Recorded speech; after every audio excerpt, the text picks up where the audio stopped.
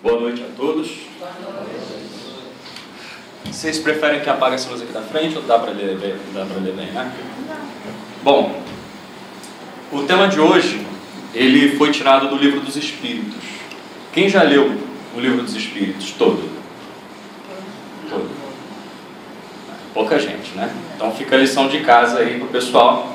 Quem quer entender de Espiritismo tem que ler o Livro dos Espíritos de ponta a ponta, de preferência mais de uma vez, né? Esse tema, lei de destruição, ele está no Livro dos Espíritos e ele foi tirado da terceira parte, onde Kardec, junto com aquela equipe, né, da Sociedade Parisiense, prepara uma série de perguntas relacionadas às leis que a espiritualidade trouxe, né, como leis divinas, leis naturais. Entre elas, trouxe a lei de destruição. São apresentadas de forma separadas, mas no fundo é tudo uma coisa só, que a gente pode chamar de lei de Deus, ou lei divina, ou lei natural, como colocada no próprio Livro dos Espíritos. Então, assim, a gente vai comentar cada uma delas e depois vamos nos deter mais sobre a lei de destruição. Quem arriscaria dizer qual é a primeira lei? É a lei divina, ou a lei natural, onde Kardec fala sobre, basicamente, o conhecimento do bem e do mal, onde é que está aquele conhecimento íntimo de que nós cremos em alguma coisa além da matéria, que vamos para algum lugar. Então isso tudo está descrito com um pouco mais de detalhes na lei divina ou natural. A segunda lei é a lei de adoração. A lei de adoração, ela mostra a necessidade que nós temos de adorar a Deus, de adorar a um ser maior que nós, de reconhecermos a nossa pequenez frente ao universo, né? E uma questão interessante que Kardec coloca é que nunca na face da Terra existiu povos ateus. É de se pensar, né?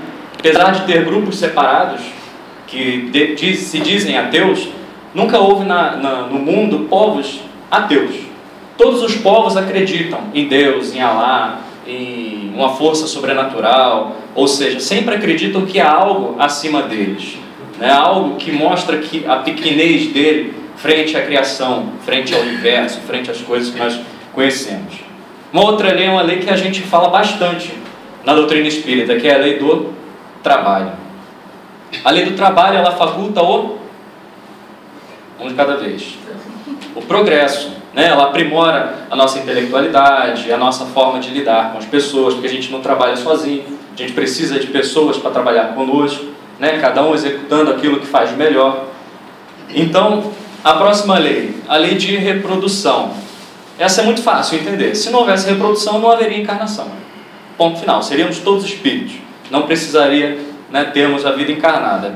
E a próxima lei, a de conservação, que está intimamente ligada com a lei de destruição. A gente vai falar um pouquinho dela. A outra lei, vou pular uma que é a de destruição. A próxima é a lei do progresso. A gente viu que no início tudo está interligado, né? Então o trabalho, ela faculta o progresso, né? O progresso do indivíduo e o progresso da coletividade, do planeta também, né? Próxima lei é a lei de igualdade, onde Kardec vai discorrer um pouco mais sobre a igualdade, em que somos iguais e por que somos diferentes, sobre a desigualdade de riqueza, a desigualdade social, né? Um ponto bastante interessante aqui, que a gente gosta sempre de ressaltar, é a respeito de algumas pessoas que dizem que tem que ter igualdade de riqueza. E a gente sabe, os próprios espíritos explicam que seria impossível. Mesmo que a gente dividisse a riqueza igualmente por todos, as pessoas são diferentes. Uns espíritos foram criados antes, ou seja, têm mais tempo de estrada. Uns espíritos são mais jovens, outros têm mais conhecimento, uns são mais ambiciosos, outros não. Então, mesmo que dividíssemos, depois de algum tempo, estaria tudo desigual de novo. Porque uns iam procurar riqueza e outros não, né? Então, ele fala também a respeito disso, que é um ponto que eu acho bastante interessante. Sobre a lei de liberdade. Quem se considera livre? Ninguém, né? Tá certo, ninguém é livre, na verdade. A partir do momento que a gente vive em sociedade, ninguém é livre. Porque a gente tem que respeitar, né? Meu pai dizia assim, a sua liberdade vai onde começa a minha, onde tem os direitos, né, de cada um, de respeitar os passos de cada um. Então a liberdade, onde tem mais de uma pessoa, eu já tenho a minha liberdade cerceada, porque eu não posso ir além do bem-estar do outro, né? A lei de justiça, amor e caridade, que eu acho que essa é uma das mais tocantes que tem das leis divinas ou naturais, porque fala a respeito da reencarnação, fala a respeito da causa e efeito, né? Apesar de ter tratado isso na primeira e segunda parte do livro, mas é bastante interessante. E a gente vai falar especificamente agora das leis, da lei de destruição, que estão compreendidas entre as questões 728 e 765. Vocês podem lá pesquisar depois. Eu vou trazer duas questões apenas para ilustrar alguma coisa que nós falaremos, mas é interessante que cada um possa ler, né? De preferência todas elas. Bom, essa vai ser a nossa programação. A lei de destruição, Kardec separa por alguns pontos, que são esses aqui, e a gente vai falar cada um deles separadamente, né? Vamos começar falando sobre a destruição necessária e a destruição abusiva. Vocês estão muito quietos, eu queria que alguém se voluntariasse a ler essa frasezinha aqui do Livro dos Espíritos. Nelson, vamos. É preciso que tudo se destrua para renascer e regenerar. O que chamais destruição é apenas transformação que tem por objetivo a renovação e o melhoramento dos seres vivos. Tem os Espíritos, questão 728. Ficou claro para todo mundo o que é de fato a destruição? Mas antes da gente se detalhar um pouco mais isso, a gente tem que ter uma coisa na mente. A gente vai falar de assuntos que, olhando do ponto de vista material apenas, é cruel, é incômodo para a gente, né? A gente vai falar sobre desencarnações, encarnações coletivas, tragédias, desastres.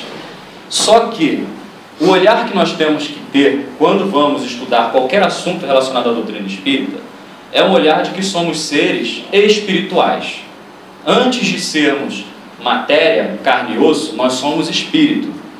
E a nossa vida, ela não se limita ao nascimento e o túmulo. A nossa vida, ela antecede o berço e vai muito além do túmulo.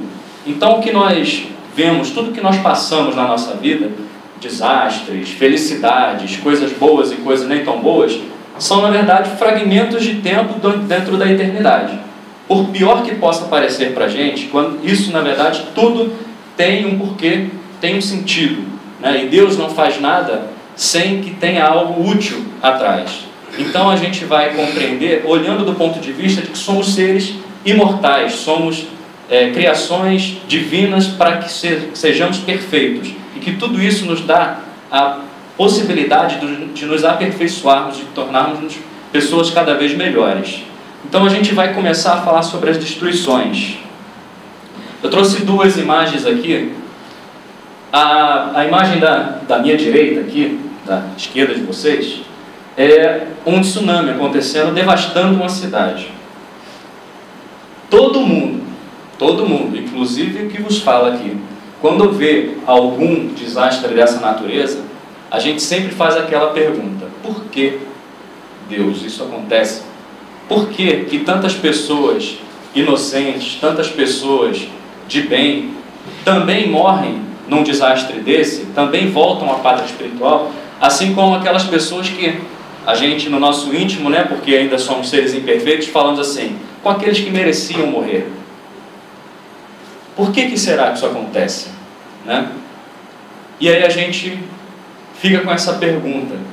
E se não é a questão da reencarnação, de que somos seres imortais, que vivemos várias vidas, que existe uma lei de justiça, que existe a causa e efeito, a gente jamais iria compreender uma situação dessa. Crendo que Deus é perfeito, por que Ele devastaria uma cidade toda assim? Né?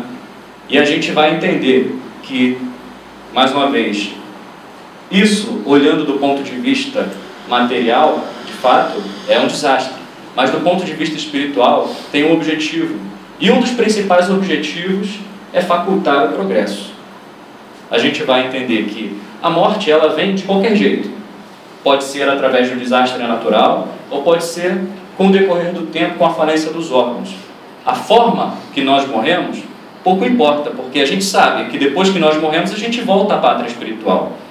Então, quando a gente tem essa consciência e temos fé, acreditamos, não só aqui, mas aqui, que é assim que acontece, pouco importa a forma que nós vamos morrer. O que vai ser de progresso vai ser para os que ficaram encarnados, que serão aqueles que vão precisar reconstituir a cidade, que vai precisar desenvolver o sentimento de fraternidade, a solidariedade para ajudar aqueles que não desencarnaram nesse processo e precisarão de uma ajuda. E aí a gente vai ver atuando novamente a lei de sociedade, a lei de amor. Esse é o objetivo com que esses desastres naturais acontecem. E podemos ficar tranquilos que na medida que nós formos mais evoluídos, menos eles acontecerão. Pelo menos é isso que os espíritos nos dizem. E do lado de cá a gente tem uma forma bem sutil, mas contundente, de dizer que a gente está destruindo. Né? A imagem aqui é de uma fábrica colocando fumaça na atmosfera. A gente sabe que a poluição traz diversos problemas. Esse daqui é culpa de Deus? Não. É culpa de quem? Do homem.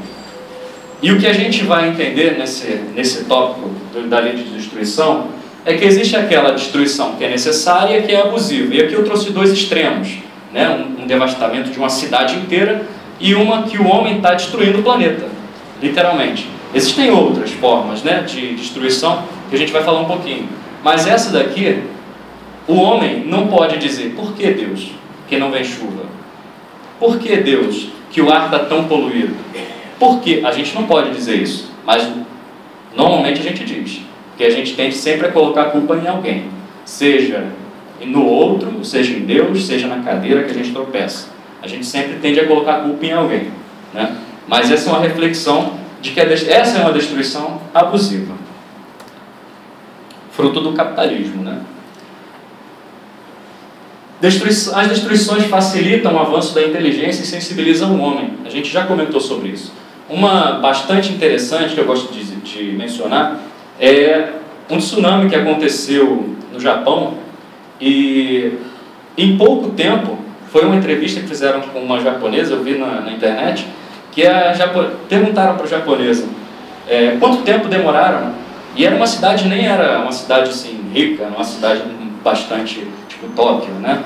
Ela era uma cidade mediana, e aí perguntaram quanto tempo demorou para que o governo, né, o Estado, reconstituísse o local, organizasse tudo. Aí a japonesa, demorou muito, 3 semanas. Que interessante, né? Além de toda a cultura japonesa que já tem aquela disciplina, né, aquela coisa de fazer o correto, tem a questão de que eles já tiveram essas experiências no passado, de destruições tanto naturais quanto causadas pelo homem, com as guerras, como a gente vê em Hiroshima, Nagasaki, aqueles pontos que foram terríveis, mas que a inteligência foi trabalhada e desenvolvida e colocou o Japão uma das maiores potências que a gente tem no mundo hoje. São um mundo, se eu não me engano, eu ouso dizer que é o povo mais inteligente que a gente tem na Terra. As maiores questões de tecnologia a gente vê do Japão, né? Então, ela facultou o progresso do japonês, porque quando a gente está limitado de opções e a gente tem uma coisa para conseguir, para alcançar, um objetivo a alcançar, a gente é criativo. E é nessa criatividade que a gente vai aumentar a nossa inteligência. E no caso de um desastre, naturalmente a gente vai se colocar no lugar do outro. Quem não ficou sensibilizado, por exemplo, quando tivemos aquelas chuvas lá em Friburgo, deixou um monte de gente desabrigada. Quanta gente não se mobilizou para ajudar aquelas pessoas? Né? Isso também é uma evolução, a evolução do sentimento, a evolução da fraternidade. Isso tudo tem um objetivo útil. Mas morreu muita gente. De fato, é duro.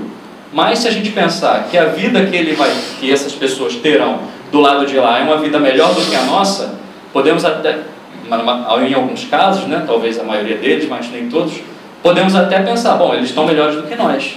Pois eles não vão ter mais doenças, eles não vão ter mais que fazer coisas que são específicas da matéria, que às vezes nos perturbam, não vão ter que lidar com coisas tão diferentes, porque uma vez fora da matéria, eles vão estar mais próximos daqueles que são iguais.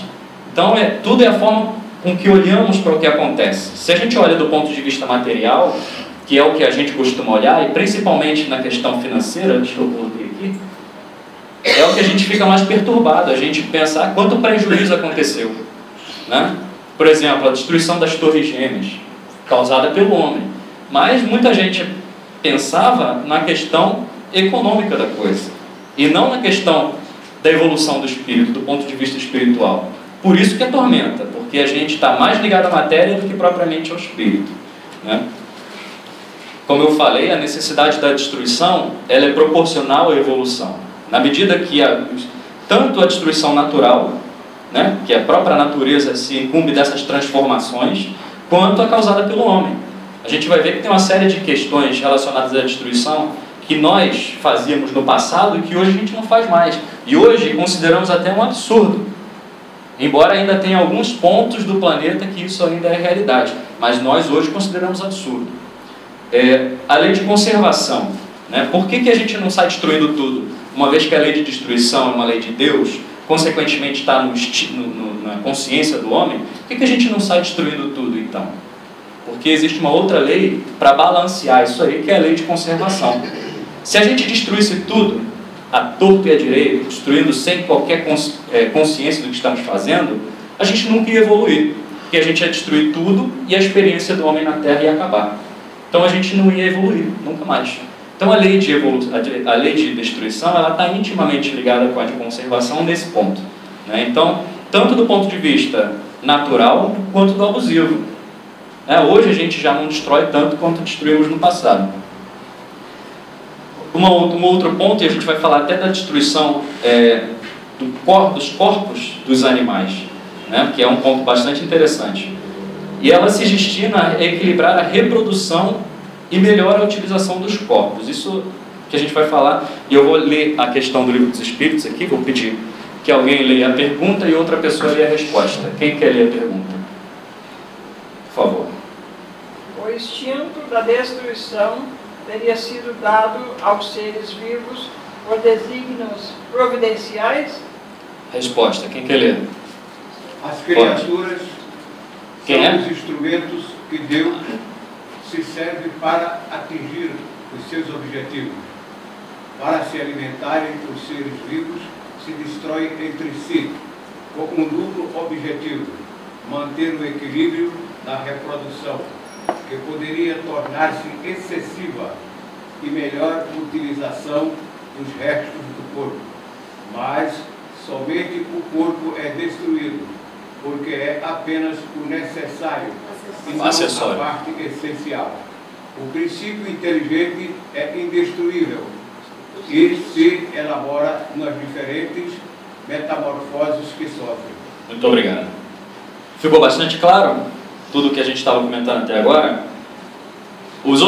Deus se usa de tudo para atingir um objetivo, inclusive das criaturas, ou seja, nós.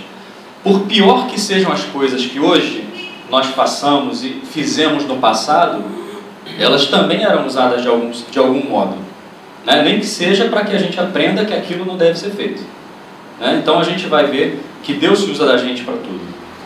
Para se alimentarem, os seres vivos se destroem entre si. Ou seja, aqui também está dizendo, a gente pode comer carne na medida que a gente vai avançando, e aí é uma questão de ideal de cada um. Se a pessoa acha que não deve comer, legal, menos um carnívoro, né? Mas se a pessoa come, não deve se culpar também, porque é uma etapa do nosso processo. Pode ser que no futuro a gente não precise mais da carne para se alimentar, né? Como a gente vê na literatura, André Luiz falando que hoje a gente precisa sentir o cheiro da panela na carne cozinhando, mas lá no plano espiritual, por exemplo, as comidas fluídicas que eles usam não envolvem carne, envolvem caldos, frutas, sopas e coisas desse tipo, né? Eu prefiro, quando estiver lá, comer uma carnezinha, uma picanha, mas... Uma panelada, se vir com sopa não vai me manter, eu preciso de proteína, né? Mas tem colônias que também servem carne. Os corpos se destroem entre si com um duplo objetivo: manter o equilíbrio na reprodução. Se não houvesse a destruição, por exemplo, entre os animais tomariam conta de tudo, né? O mundo seria dos animais. Talvez a gente não tivesse o progresso que o princípio espiritual que nós somos precisamos para evoluir. nós somos superiores aos animais, né? Embora em algumas vezes a gente pode constatar que alguns são nem tão superiores assim, né? Principalmente no que diz respeito à fraternidade, ao respeito, né? À bondade, enfim. E poderia, se não houvesse a conservação do outro ponto, né? Se não houvesse essa forma de destruir os corpos, a reprodução se tornaria excessiva. E também a gente pode utilizar esse resto dos corpos de uma forma produtiva. No caso aqui, ele se refere à alimentação. Somente o corpo é destruído. Isso é importante ressaltar. Ainda, apesar da gente ler muito sobre isso, a gente ouvir palestras sobre isso o tempo todo, as pessoas estarem cada vez mais informadas a respeito disso, ainda a gente acha que o corpo é o sujeito. E não é assim. A gente, quando vê alguma morte, quando vê alguma coisa acontecendo, principalmente os animais, que também tem um princípio espiritual, não é o princípio espiritual que está indo para a panela. O princípio espiritual vai voltar ao grupo e compor uma outra constituição física. É o corpo. E o corpo precisa, para não ser descartado de forma sem ser inteligente, ele é utilizado de forma inteligente para que o nosso corpo, ou o corpo dos predadores, por exemplo, possa se nutrir para que haja a continuação daquela espécie. Então é imprescindível lembrar que o princípio espiritual, o espírito, é o que é a realidade. Todo o resto é acessório, como disse aqui. Bom, a destruição dos animais é permitida para a segurança e a alimentação.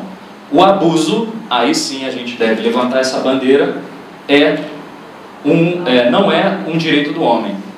Aí sim a gente levanta essa bandeira. Peraí, mas por que tanta matança se a gente não vai precisar de nada disso? Por que a gente está matando, por exemplo, um leão, se ele não está nos oferecendo perigo à nossa vida? Rinoceronte, para tirar só o chifre. O chifre, né? Ou então aqueles caçadores que caçam aqueles bichos para botar sua cabeça na parede para dizer que foi corajoso, enfim. Isso sim é contra a lei de Deus, e isso é uma questão puramente material. Mostra o instinto inferior que nós ainda temos como seres humanos.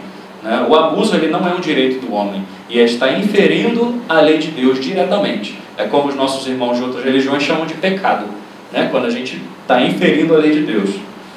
Quando a gente ultrapassa essas necessidades, a gente mostra o quão inferiores a gente é. Mas a gente tem uma questão bastante interessante que eu li nesse estudo para trazer, que eu pensei assim, mas e a respeito daqueles povos que não matam em hipótese alguma, por exemplo, o boi ou a vaca, né? Consideram esses animais uns santos, né? Animais abençoados ou coisas desse tipo.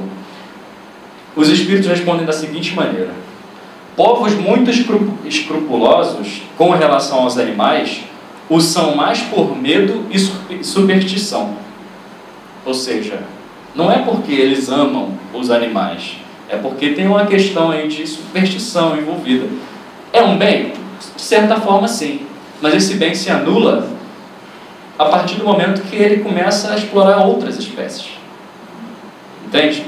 É bastante interessante esse ponto de vista que os espíritos trazem, né? Mas é um bem de toda forma, que deve ser respeitado, apenas para título de esclarecimento. Né? Então, fica a informação. Uma próxima pessoa para ler esse trechinho aqui. O homem... Vai, por favor.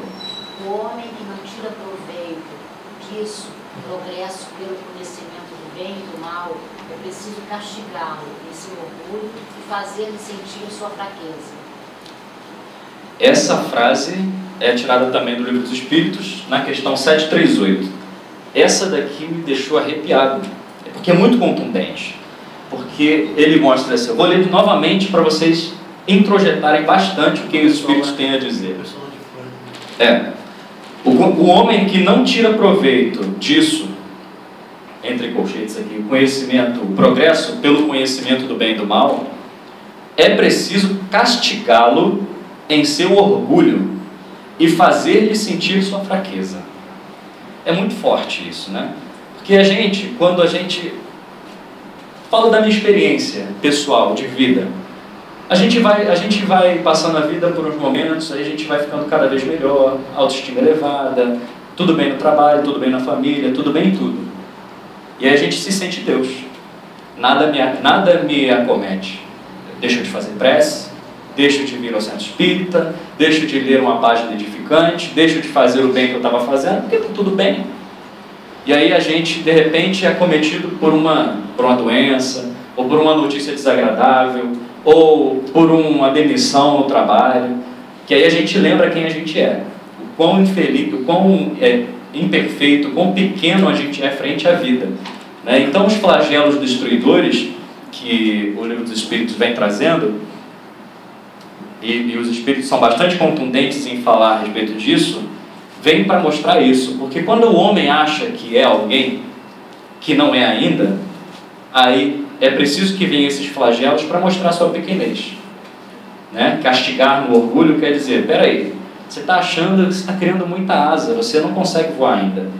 Vamos fazer o seguinte, toma essa destruição aqui, para você melhorar a questão do progresso, aprender que você precisa evoluir muito na questão da moralidade, da inteligência, e isso tudo é para poder fazer o homem crescer. Né? É igual uma criança, imagina, quem é pai deve saber melhor do que eu, que não sou pai ainda, mas uma criança de 12 anos, 13 anos, por exemplo, não sei se hoje em dia, a faixa etária de determinadas coisas, antigamente era 18, 20, hoje em dia acho que 13, 14 já pode uma função de coisas, né? Mas vamos supor, uma criança lá de 8 anos de idade, acho que dessa não passa. Chega para o pai e fala, pai, vou sair com os amigos à noite e volto amanhã de manhã. O pai deixa? Não. Não, claro que não. Né? É mais ou menos por aí. Por quê? Não tem conhecimento, não tem a maldade, entre aspas, né? Que precisa para poder lidar com as coisas que vai ver lá fora. Né? Não tem maturidade, não tem inteligência suficiente para lidar com situações. E aí, a criança fica insistindo. Aí o pai chega uma hora e fala, quer saber? Você vai ficar de castigo, vai lá, escreve 10 páginas de um livro aí para você aprender um pouquinho a me respeitar. É um flagelo para aquela criança, né? Imagina, a criança ficar sentada fazendo cópia de livro. Né? Isso era o castigo que eu tinha quando eu era criança. Bom, os flagelos destruidores, então aqui a gente trouxe uma imagem bastante contundente, né, de um tornado, que é muito comum em algumas regiões do planeta. Contribuição para a sua inteligência. Contribuíram para a minha inteligência. Graças a Deus, é melhor do que palmada. É melhor do que palmada, com certeza. Bom, os flagelos destruidores, ele atinge a humanidade para fazê-lo progredir depressa.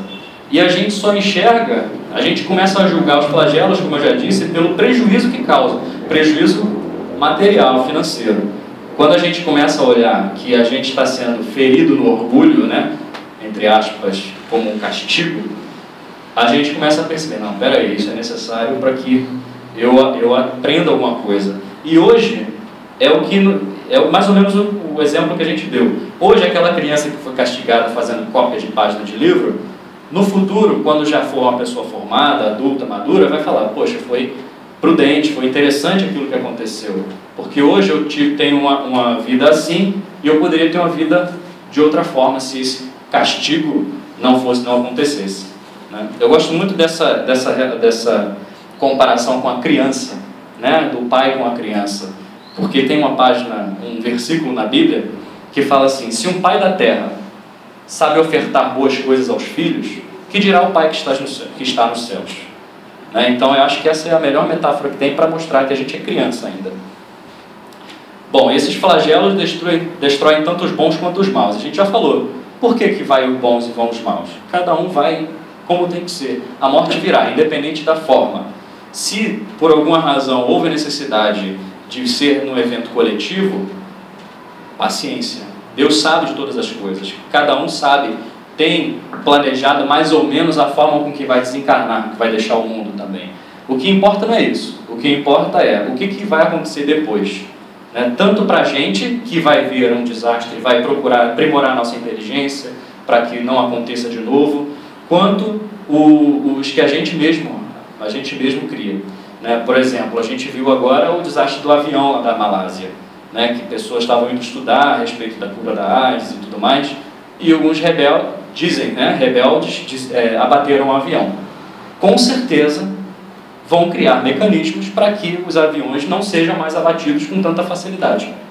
Isso já é um progresso também, que vai trazer mais segurança para as pessoas. Ah, mas as pessoas precisavam morrer, acabaram morrendo nessa situação. Sim, eles morreriam de qualquer jeito. E se Deus permitiu que daquela forma fosse, é porque era para ser daquele jeito.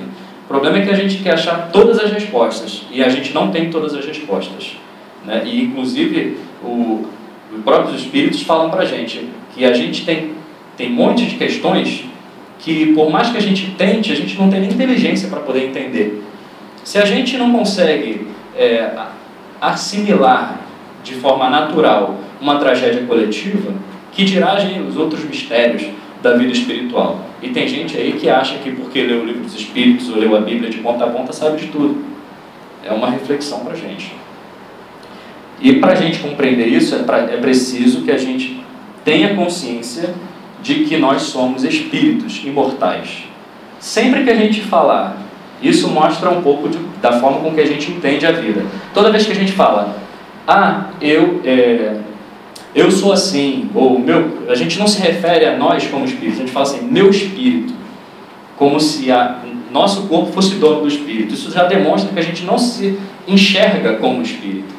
Mas quando a gente fala assim, eu espírito dentro deste corpo, e isso for alguma coisa natural, aí sim a gente vai entender essas questões com um pouco mais de tranquilidade, né? A gente vai entender que nós somos seres espirituais.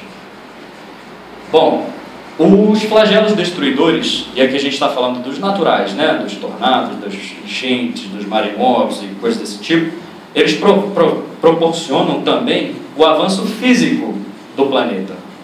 A gente vê no curso da história o próprio planeta, né? Teve aquela Pangeia lá no início, aí teve o gelo, degelo, gelo, degelo, gelo, degelo, gelo, que proporcionou que as localidades pudessem ter plantio, que pudessem ter habitação. Isso tudo foi um avanço físico. Para quem viveu naquela época, teve os animais, por exemplo, que viveram naquela época, para eles era o quê? Destruição, tragédia. Porque viu um monte de coisa acontecendo e eram pequenos demais para poder evitar. Mas quando a gente olha hoje, a gente vê, poxa, foi interessante que tivesse acontecido tudo aquilo para que hoje o mundo pudesse ser habitável, para que a gente pudesse ter o plantio, embora a gente aos pouquinhos está destruindo essas coisas, né? E é uma forma, que a gente já falou, né, de fazer a inteligência trabalhar. O homem pode evitar os flagelos, que por eles são criados. Isso os espíritos dizem. Na medida que a gente entender que nós somos espíritos, e que não devemos destruir nada abusivamente, a gente pode evitar um monte de flagelo, né? Porque tem muitas coisas, principalmente motivadas pelo lucro, que as pessoas destroem sem qualquer reserva, né? Porque o único objetivo é o quê? O lucro, né? Então, sempre que a gente tiver como visão questões materiais, a gente vai ter flagelo. Mas na medida que o povo entender que somos seres espirituais, e aqui nós vamos estar mais de uma vez e precisaremos manter a casa arrumada para que a gente, quando voltar, esteja tudo arrumado de novo, enquanto não tiver essa consciência, as coisas vão continuar no rumo que estão. Mas eu tenho fé que as coisas vão melhorar, porque cada vez mais as pessoas estão preocupadas com isso. A prova é o movimento que tem com relação à sustentabilidade, que antigamente eram questões muito pequenas. Hoje em dia você vê organizações todas responsáveis por questões sobre a matança dos animais abusiva, sobre a questão de desflorestamento. Essas são movimentos da sociedade que demonstram o avanço, preocupados com a vida entre aspas, do planeta, né? Preocupado com a questão ambiental. E além disso, os flagelos destruidores é uma forma de tirar a gente da zona de conforto. Zona de conforto igual a umbral. Ninguém evolui em zona de conforto, nem na vida material e nem na vida espiritual. Zona de conforto é aquele lugar onde a gente, por exemplo, no trabalho, você tem saúde, inteligência, oportunidade para evoluir no trabalho, mas a pessoa prefere ficar onde está. É uma opção? É. Mas por que você não pode ir para outro canto? Se você vai poder, se você está preparado, se você tem oportunidade E se você pode desenvolver mais a tua inteligência, desenvolver novas aptidões, por que você não sai daí? Ah, eu queria tanto fazer concurso público. Tá, quantos cursos preparatórios você já fez? Ah, nenhum. Ah, você quer passar um concurso público por misericórdia divina, né? Vem um anjo lá do céu e diz para você, está aprovado na Petrobras. Não é assim que acontece. Tem que estudar. E estudar vai mexer na zona de conforto. Qual é a zona de conforto? Ah, eu vou para casa ver televisão, eu vou para academia, eu vou para qualquer canto. Eu vou ter que deixar de fazer coisas que eu gosto, sair à noite, para ficar estudando. Vai. É simples assim. Sem dor, sem ganho. É assim que acontece. A gente só evolui saindo da zona de conforto. Né? Um exemplo bastante interessante que eu gosto de trazer é a musculação. Sem dor, sem ganho. A pessoa que quer ter musculação e ter uma vida saudável, ter um corpo bacana, né? Afinal de contas, a gente tem que cuidar do corpo, porque o corpo é o templo do espírito, como dizem nossos irmãos evangélicos. A gente vai precisar ir à academia, fazer esteira, levantar pesos, fazer atividades de artes marciais, por exemplo. Enfim, tem que sair da zona de conforto. E na questão espiritual também é da mesma forma. Se eu tenho alguma coisa que me incomoda, que eu sei, eu já tomei consciência de que algo é ruim para mim, e eu não faço nada para mudar, eu estou na zona de conforto. E eu não vou mudar. Nunca. A partir do momento que der aquele clique e fala assim, ó, eu preciso sair dessa zona de conforto. Por exemplo, eu sou uma pessoa que minto com facilidade. Um exemplo. E eu não faço esforço nenhum para deixar de mentir. Como que eu vou deixar de mentir? Como que eu vou tornar uma pessoa honesta, transparente? Nunca. E assim é para todos os aspectos morais que nós temos. A gente tendo consciência, tomando consciência das nossas dificuldades, temos que trabalhar para combatê-las. Não reprimi-las, porque reprimir é muito pior. A gente tem que tomar consciência e não se culpar. É igual uma pessoa que está fazendo um processo para parar de beber, parar de fumar, né, os vícios materiais que a gente conhece. Ela vai deixar de beber da noite para o dia? Uma pessoa que bebia, sei lá, 30 garrafas de cerveja num final de semana, vai deixar de beber da noite para o dia? Não vai. É tudo um progresso. O progresso funciona para levar a gente para o bem e para tirar a gente do mal também. Então a pessoa vai começar deixando de beber 30 para beber 20, para depois beber só 10, para depois beber só 5, daqui a pouco ele bebe só uma, daqui a pouco ele não bebe nenhuma. É assim que funciona o progresso. Mas isso, ele vai sentir aquela, eu queria tanto beber mais uma, mas aí ele vai ter a consciência, não, eu preciso melhorar, então eu não vou beber, vou ser forte. É igual fazer dieta, né? Quem nunca fez dieta, todo mundo já fez, né? Todo mundo sabe. Ah, eu queria comer só mais um chocolate, mas o nutricionista ou o médico falou, não pode comer chocolate. Então, não pode comer chocolate. É simples assim. A questão é que a gente tem dificuldades ainda e a gente acaba se boicotando. Isso é tanto para as questões materiais quanto para as questões espirituais também. Bom, guerras.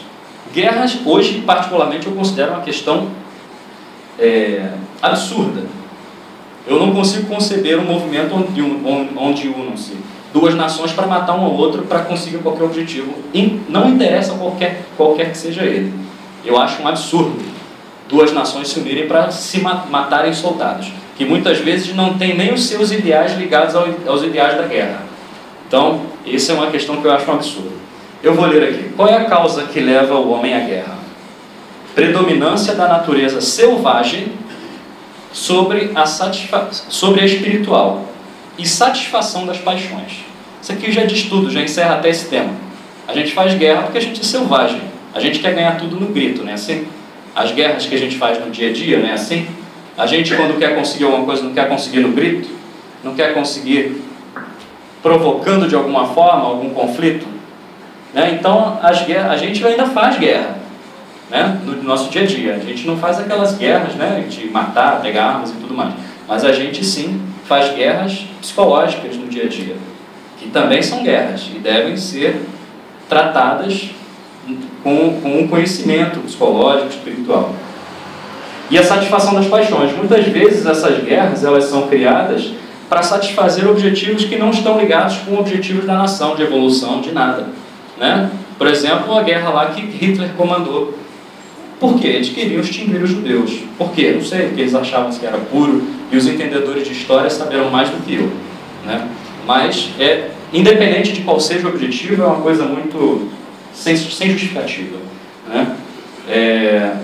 A gente já falou, no estado de barbárie só se conhece o direito do mais forte. Como a gente falou, todas as questões de destruição que hoje a gente considera absurdo, elas tiveram seu objetivo no passado, né? Elas tiveram a sua utilidade, né? Antigamente, por exemplo, a gente não conseguia negociar diplomaticamente, a gente precisava de guerra, porque a gente só conhecia a lei dos mais fortes, né? Pelo menos, se a gente vê as crianças, os jovenzinhos, a gente vê que eles só conseguem as coisas na base do tapa, da briga, né?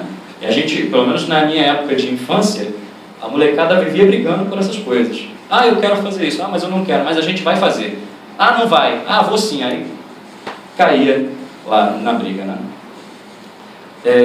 E esse conhecimento de que somos seres iguais, espirituais, temos que respeitar o direito dos outros, vai mostrando para a gente que a gente não precisa brigar mais. A gente tem formas de evitar esses conflitos. Mas aí Kardec pergunta, e quando aquela guerra é inevitável? A nação ela vai ter culpa? As pessoas que matam terão culpa? Depende. O homem, quando se eleva, ele evita a guerra. Mas quando é inevitável, ele procura agir com humanidade. O problema das guerras é que muitas vezes eles agem abusivamente, com excesso, com crueldade, né?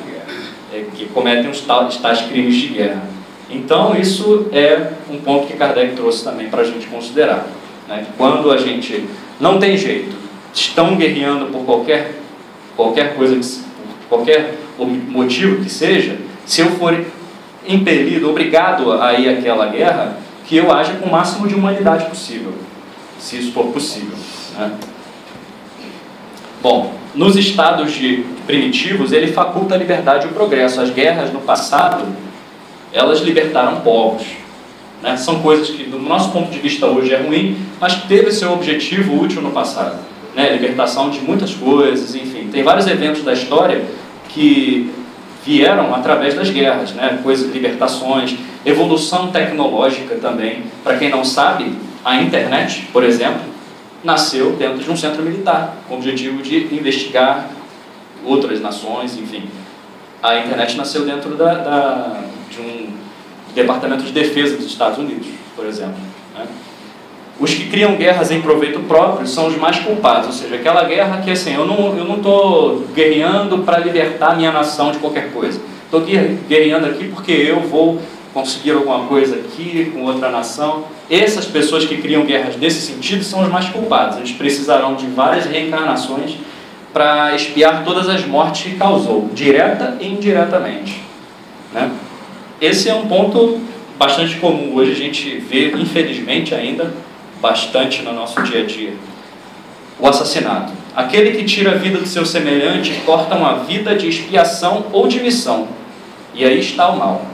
Lembra que eu falei que não importa a forma que a gente morre, a gente vai morrer de qualquer jeito, né? Então, o que os espíritos colocam aqui, se a gente observar do ponto de vista espiritual, é assim, beleza, o corpo ficou, o espírito vai voltar à pátria espiritual. Mas não é o ato de matar o corpo que é condenável, é o ato de eu tirar do espírito a oportunidade de ele expiar um mal ou de executar uma missão que ele tem. Vocês entendem dessa forma? E é isso que é o mais condenável, né, de um assassinato. E o grau de culpabilidade é julgado mais pela intenção do que pelo fato. Tanto que a gente tem aquela história, né, do Chico Xavier, do pai, dos jovens que estavam brincando com a arma do pai, e aí dispara acidentalmente e mata o colega, e as famílias brigam. Acho que foi até no filme, né, colocaram até no filme essa história.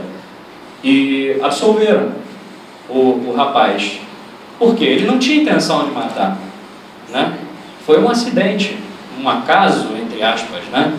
A gente sabe que acaso não existe, mas que ele não tinha intenção de matar, então ele tinha menos culpa.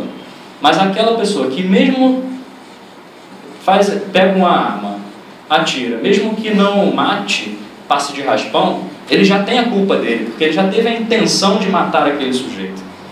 Ou seja, ele já teria cerceado aquele outro ser da liberdade de expiar as suas provas, de evoluir, de fazer a sua missão, caso ele tivesse alguma, né? Então isso é que é o mais interessante, a gente tem que observar. Em casos de legítima defesa, é atenuado aos olhos de Deus, mas o agredido deve procurar poupar a sua vida e a do agressor, sempre. Aí, isso é uma questão muito comum, que eu pratico artes marciais, e aí às vezes a gente cabe em algumas discussões filosóficas lá, e aí, você é espírita, você não pode matar ninguém, e se alguém for na rua te agredir, você não vai se defender? Aí um professor nosso lá ele também dá aula na polícia, ele dá aula de defesa pessoal. Ele sempre, é a lição que eu mais gosto, que ele fala. É assim, Ramon, isso aqui é defesa pessoal, desarmar é defesa pessoal, fugir de um ataque de qualquer coisa é defesa pessoal. Mas correr também é defesa pessoal. Então, se eu tiver que correr, eu vou correr. Isso não é covardia, eu estou protegendo a mim mesmo e protegendo, né? Eu não preciso agredir ninguém. E as mortes durante as guerras, quando constrangida pela força, não são culpáveis, exceto quando ocorrem crueldades, como a gente já falou, né? A gente já falou. Crueldade é um instinto de destruição no que há de pior. Ou seja, é o porão lá do instinto de destruição. Se a destruição às vezes é uma necessidade, a crueldade nunca é. Sempre o resultado de uma natureza má. É sempre o resultado de uma natureza má. Ou seja, a gente vê que a destruição é necessária, tanto abusiva quanto as naturais, né? Aí a gente vê uma pessoa muito cruel no passado. Ele é mesmo. O Pica-Pau era cruel. Hoje está melhor. Hoje está um pouco melhor. Ele reencarnou lá e teve algumas evoluções dele lá. Mas os espíritos falam que se a destruição é necessária, do ponto de vista da evolução, a crueldade nunca é necessária. Porque a crueldade sempre vai mostrar os estados primitivos que a gente vive. Né? Vai mostrar o quão cruel, né? Quão inferior, imperfeito, quão animal nós somos. Né? Porque a crueldade não justifica nada, absolutamente nada. E a gente fala de crueldade, a gente lembra logo daquelas crueldades materiais contra o corpo. Mas a gente vê muita crueldade psicológica no nosso dia a dia. Onde as pessoas têm os seus sonhos e a gente vai lá e fala, você não vai conseguir, você não tem capacidade para isso. Isso para mim é uma crueldade. Né? A gente tem que observar que o Livro dos Espíritos ele foi escrito há 150 e tantos anos. Alguns temas parecem estar obsoletos, mas na verdade eles estão tão presentes na nossa vida porque a gente tem que lançar o olhar para ele dos momentos atuais que a gente vive. Então a gente comete crueldade com as pessoas muitas vezes. Né? Toda vez que a gente quer agir só com o objetivo de favorecer a gente mesmo, não me interessa o que o outro sinta, não me interessa o que o outro pensa. Toda vez que a gente pensa assim e age dessa forma, a gente está sendo cruel. E a crueldade mostra o primitivismo que nós temos. Bom, os povos bárbaros estão sob o domínio dos espíritos inferiores. Isso aqui é interessante, que aí a gente vê por que a guerra talvez tenha sido necessária no passado. Espíritos muito bárbaros que foram invadidos, espíritos não, nações muito bárbaras que foram invadidas, tiveram, na verdade, uma oportunidade de serem libertas da influência daqueles espíritos inferiores que governavam aquelas nações. Então, a gente pensa em obsessão, a gente pensa em obsessão individual, né? Mas existe obsessão coletiva. Da mesma forma com que o bem se organiza para fazer o bem, os espíritos do mal tentam se organizar para fazer o mal. E eles tentam se organizar não é para destruir. Vou destruir o Ramon porque ele está falando qualquer coisa, ele é cristão, ele é espírito, não. Às vezes a destruição é em massa. Eles planejam para destruir em massa. E a gente tem que perceber isso também para que a gente possa trabalhar no sentido contrário, para que a gente possa facultar às pessoas esse conhecimento e dar ferramentas, ensinar ferramentas a elas para que elas elevem os pensamentos para que não sejam influenciados por esses espíritos. Então as nações muito bárbaras do passado tinham essas influências. E aí, naturalmente, alguns povos mais avançados do que aquele entravam, dominavam e libertavam ele do jugo daqueles espíritos inferiores também. Né? E isso é falado no próprio Livro dos Espíritos nesse tópico aqui. Enfraquecendo as influências espirituais. Duelo. A gente não vê duelo mais hoje, não é verdade? Verdade? A gente vê duelo hoje? Claro que a gente vê. Toda vez que a gente tem uma briga com alguém de orgulho, é um duelo. Ah, eu quero fazer assim, mas eu quero assado. Duelo. Para quê? Puramente para satisfazer o orgulho. A gente vê muitas vezes o pessoal falando, não existe mais duelo, isso aqui está obsoleto. Não está, não. O duelo existe na nossa vida, porque ainda o orgulho e o egoísmo prevalecem no nosso espírito, né? Prevalecem em nós, que somos espíritos, corrigindo. O duelo é um assassinato e um costume absurdo, do ponto de vista material, digno de bárbaros, ou seja, podemos até nos considerarmos bárbaros certas vezes. Isso aqui é uma cena bastante interessante de um filme, né? Dos samurais lá, não necessariamente duelando, mas mostra uma briga entre os dois. Com o avanço do homem, percebeu-se o quanto é ridículo o duelo. Né? Por que eu vou matar um ser humano porque ele pensa diferente de mim, ou porque ele me ofendeu, ou me insultou? Eu costumo dizer assim, sempre que alguém me ofende, ele não me ofende. Eu é que me sinto ofendido. Na medida que a gente evolui e tem algum conhecimento do bem e do mal, ou do estágio evolutivo de que cada um se encontra, a gente às vezes pode estar um pouquinho mais aqui, um pouquinho mais ali, mas a gente já tem condição de poder alguém nos ofender e falar assim, poxa, ele está me ofendendo porque ele está com raiva de qualquer coisa, mas eu não fiz nada, por exemplo. Eu não vou me sentir ofendido por isso, logo eu não vou sintonizar nas vibrações que ele está vibrando, na sintonia que ele está vibrando, e não vou alimentar mais esse ciclo. Porque se eu alimentar esse ciclo, é o que ele quer, e ele, conseguindo isso, vai ser bom para ele, vai ser ruim para mim, e ruim para ele, consequentemente. Vou abrir brecha para obsessões, porque os espíritos que vibram naquela sintonia vão se aproximar, vão se alimentar daquelas energias, e aí o circo está armado e vai pegar fogo. E não foi bom para ninguém. Do ponto de vista do duelo, quem mata é um assassino e quem morre é um suicida. Porque a partir do momento que um cara vai entrar num duelo, ele sabe que um vai morrer e outro vai matar. Se eu estou indo para um duelo sabendo que eu já vou morrer porque o cara é mais rápido, mais forte ou qualquer coisa que seja, ele é um suicida, né? E não é um suicida indireto, é um suicida mesmo. É igual um cara que se joga da ponte. É a mesma coisa. Então, por isso que hoje a gente já sabe que é bárbaro, mas é preciso a gente entender que ainda há o duelo do ponto de vista psicológico. A gente, por conta do nosso orgulho, por conta do nosso egoísmo, às vezes a gente entra em duelos desnecessários, que não é bom para ninguém. Discussões infrutíferas, enfim. E aí tem uma frase de Kardec, que eu achei muito boa, que ela coloca o seguinte: a mais grandeza e verdadeira honra, né, porque antigamente esses duelos eram travados por questões de honra, que eles chamavam pontos de honra. Uma vez que ofendeu alguém, eu vou duelar para limpar o meu nome ou qualquer coisa assim. A mais grandeza verdadeira honra em se reconhecer culpado quando se erra, ou em perdoar quando se tem razão. E em todos os casos, em não se dar importância aos insultos que não podem atingir-nos. Ou seja, esse é o ponto que nós devemos trazer para a nossa vida. Apesar do ponto duelo, de fato, material, de duas pessoas, a gente, pelo menos, não vê noticiando aí como a gente vê outras questões, é importante isso aqui para a nossa vida. E se a gente aprende a perdoar, reconhecer quando a gente está errado, e aprender, peraí, ele está me insultando, é verdade o que ele está falando? Se for verdade, se você está dizendo que eu sou isso tudo de ruim, que bom, obrigado. Você está me dizendo uma coisa que eu preciso melhorar. Eu vou pegar aquilo e vou melhorar. Eu não vou ficar nervosinho, não vou entrar numa briga, num duelo à toa.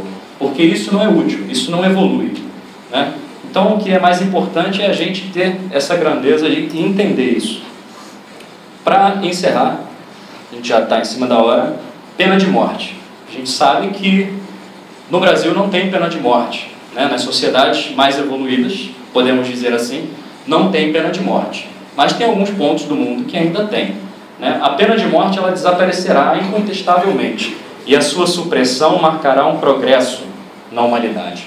Então a gente pode ver que está alguma coisa progredido já. Isso é um quadro muito bonito de Sócrates. Sócrates ele teve pena de morte. Por quê? Porque ele divulgava luz, conhecimento, né? E a sociedade na época não queria que as pessoas fossem libertas de pensamento e ele foi condenado à pena de morte tomando um veneno, a cicuta, né? E aqui tem os discípulos dele dando a cicuta para ele, arrependido de estar fazendo aquilo. Bom, os homens vão se esclarecendo e a pena de morte vai subir do nosso planeta, né? Eu vou passar um pouco mais, a gente pode até falar um pouco mais depois, mas eu vou querer ler essa questão aqui. Essa questão aqui, que é uma questão muito inteligente que Kardec fez. Ele pergunta assim: a lei de conservação assegura ao homem o direito de preservar a sua própria vida. Beleza, tá certo. Não usa desse direito quando elimina da sociedade alguém ou um membro perigoso? Inteligente a pergunta. Mas os espíritos, eles esclarecem nesse ponto, trazendo luz. Há outros meios de preservar do perigo sem precisar matar, né? É necessário, aliás, abrir ao criminoso a porta do arrependimento e não fechá-la. Quando a gente elimina um sujeito da sociedade, a gente não elimina. É muito pior até, porque ele vai trabalhar do lado de lá. E aí ele vai se filiar com inteligências iguais a ele. Vai recrutar espíritos incautos que vão trabalhar para ele. É melhor que ele esteja aqui, encarnado. Prende, como a gente faz hoje, é o meio que a sociedade tem hoje. Prende, mas prende sem qualquer tipo de conchavo com outras organizações. Prende mesmo, não dá celular, não dá nada, bota para trabalhar. Enfim, tem formas de abrir a porta do arrependimento. E a gente, quando elimina um sujeito da sociedade, a gente tira dele essa oportunidade. E aí ele acaba sendo um assassinato, né? Como a gente já falou. Bom, para terminar, eu vou contar uma pequena fábula que mostra para a gente o quanto é interessante, o quanto é importante a destruição. E eu acho que essas historinhas, elas deixam isso muito claro, né? Porque às vezes trazem uma carga moral tão forte que às vezes uma hora de palestras pode ser resumida nela. É a fábula de um homem que queria ajudar uma borboleta. Certa vez ele estava saindo de casa e viu no jardim pendurado um casulo. Ele toda vez passava naquele e via o casulo, e via o casulo. Certa vez ele viu que o casulo começava a arrebentar, começava a se abrir. E ele, que bonito, uma borboleta está querendo sair do casulo. E toda vez ele via um pequeno avanço naquele sacrifício de sair daquele casulo apertado, incômodo. Toda vez ele via aquele avanço, toda vez. Certa vez ele passou e falou: olha, não estou vendo avanço mais, a borboleta não consegue mais destruir aquele casulo para poder tomar o voo dela de liberdade, né? Ela não conseguiu reencarnar. E aí toda vez ele passava, aí falou: bom, eu vou ajudar essa borboleta, eu vou rasgar o casulo dela. Aí ele chegou com muito cuidado, abriu o casulo, colocou a borboleta num cantinho. Só que a borboleta, ela estava com as asas atrofiadas, o corpo gosmento, e continuou rastejando pela vida toda. E aí a gente vê essas destruições, essas dores, essas dificuldades que nós passamos e queremos tirar ela da nossa vida.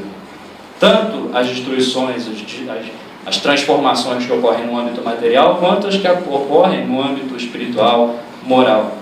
Mas a gente, se tivesse a oportunidade, a gente ia pegar uma tesourinha e ia cortar o casulo. Mas a gente não ia ter a asa da inteligência, não ia ter a asa da moral, e a gente ia viver como espírito imperfeito para toda a vida.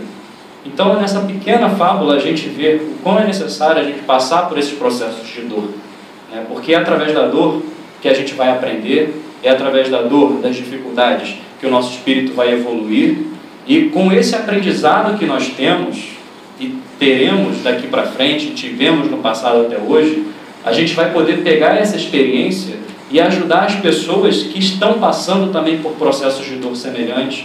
Vamos poder criar organizações com pessoas que passam por dores muito fortes, criam com o objetivo de ajudar pessoas que passam por dores semelhantes. Então é preciso entender que nós somos espíritos. Tudo isso que Deus permite que aconteça é para o bem do nosso espírito, para que nós possamos ser espíritos perfeitos. Que essa é a única fatalidade que existe no universo. A gente vai ser espírito perfeito. Agradeço a todos, que Deus abençoe a todos.